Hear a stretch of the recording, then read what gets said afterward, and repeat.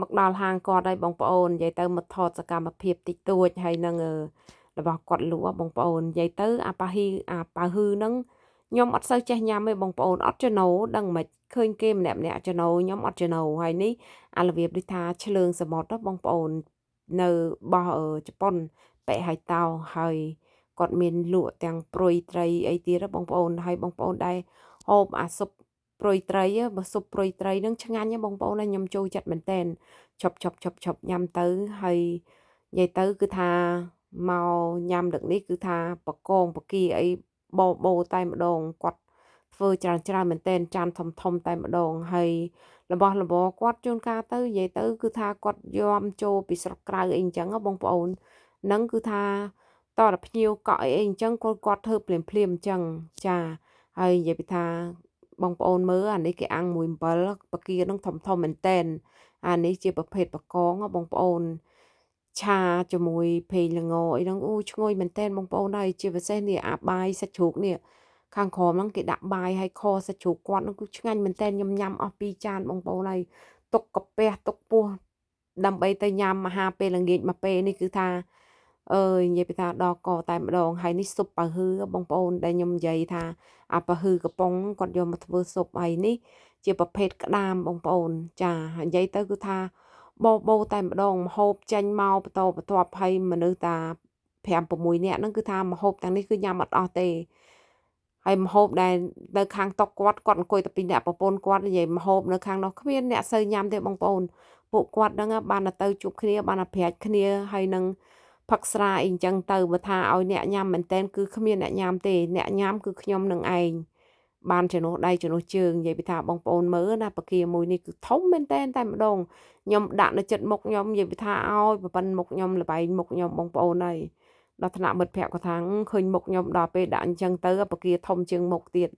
ហើយខ្ញុំនេះគឺថាចូលចិត្តណារឿងថាបកាបកងអីអញ្ចឹងមុនអត់អ្នកចំណូលទេបងប្អូននិយាយថារបស់ចឹងគឺអត់ចំណូលតែម្ដងដល់ពេលដឹងអាម៉េចវាចេះប្រែប្រួលថាឥឡូវទៅជាចំណូលចូលចិត្តក្តាមចូលចិត្តអីបើមុនឃើញអញ្ចឹងអីគឺថាអត់ចំណូលតែម្ដងអត់ញ៉ាំហ្មងដល់ពេលឥឡូវទៅប្រែប្រួលអញ្ចឹងទៅអញ្ចឹងបើថាគីឡូខ្ញុំគ្មានស្រកតាណាទេបងប្អូនអើយបើប្តីខ្ញុំមួយថ្ងៃគឺនាំខ្ញុំដើរញ៉ាំដើរអីអញ្ចឹងរហូតគឺថាខ្ញុំនៅមួយប្តីខ្ញុំគឺថាស្គមអត់ទៅមុខអត់រួចទេចង់ស្គមចង់ស្រកគីឡូនឹងគេដែរតែទៅវាមិនរួចបងប្អូនបើគាត់នាំតែខ្ញុំដើរហើយគាត់ហ្នឹងប្តីខ្ញុំអញ្ចឹងកុំឃើញអញ្ចឹងគាត់ម្នាក់ញ៉ាំទេបងប្អូនគាត់ធាត់តាញ៉ាំគាត់ផឹកស្រាយអីអញ្ចឹងបើថាគាត់អ្នកញ៉ាំអីគឺម្នាក់ញ៉ាំទេហើយខ្ញុំហ្នឹងគឺតាមគេហ្នឹងគឺឡើងគីឡូគឺនៅខ្ញុំហ្នឹងហើយនិយាយថានឹកឃើញសំណោះការនៅខ្មែរគឺថាខ្វះមុខខ្វះក្រោយបងប្អូនយើងធ្លាប់ក្រអីអញ្ចឹងបងប្អូនដល់ទៅពេលខ្ញុំមកនៅចិនប្តីគឺថាឲ្យខ្ញុំបោសពគ្រប់តែម្ដងអញ្ចឹងបានថាខ្ញុំតែងតែធ្វើបន់ដាក់ទៀនជាមួយអ្នកក្រអ្នកអត់មានរបស់ហូបរបស់អីអញ្ចឹងបងប្អូនហើយព្រោះអីនឹកឃើញសំណោះការខ្ញុំអត់បងប្អូនចឹងមកថាខ្ញុំអត់ភ្លេចទេអ្វីត្បិតតែខ្ញុំរងថ្ងៃបានប្តីរៀងធូរធារឲ្យហូប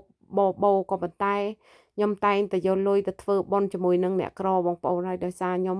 អត់ភ្លេចកណើតខ្លួនខ្ញុំទេហើយខ្ញុំរងថ្ងៃហ្នឹងគឺខ្ញុំមានក្តីសុខបោពេញលេញរបស់ខ្ញុំហើយគឺខ្ញុំអត់ចង់បានអ្វីក្រៅពីសុខភាពល្អកុំឲ្យមានឈឺស្កាត់ឈឺអីអញ្ចឹងទៅបើថាឲ្យមានដូចគេគឺមិនមានទេតែបើថាឲ្យមករស់នៅស្រួលមានហូបចុក3ពេលគ្រប់គ្រាន់ចាកក់ក្ដៅឲ្យរបស់ខ្ញុំហើយក្រៅពីហ្នឹងទៅគឺថាមានអ្វីដែលធំជាងធ្វើបន់ដាក់ទាននេះបងប្អូនខ្ញុំនិយាយមែនចំពោះខ្ញុំមកជីវិតនេះគឺខ្ញុំរស់នៅការហូបចុកបុកតាពីអីគឺខ្ញុំគ្រប់គ្រាន់ហើយបងប្អូនហើយប្តីខ្ញុំគឺឲ្យខ្ញុំរស់នៅបានស្រួលតែម្ដងមិនបាច់ធ្វើការមានលុយចាយអីចាយអញ្ចឹងបានថារាល់ថ្ងៃហ្នឹងអ្វីដែលយកទៅវិញគឺយកអត់បានទេមានតែសម្ពាយប៉ុនហើយនឹងបាបអញ្ចឹងបានខ្ញុំប្រឹងធ្វើប៉ុនដាក់ទៀនណាបងប្អូនជាពិសេសគឺខ្ញុំមកធ្វើប៉ុនជាមួយអ្នកក្រតែម្ដងក្មេងៗចាស់ចូលរីអីហ្នឹងនិយាយទៅខំប្រឹងធ្វើប៉ុនឲ្យច្រើន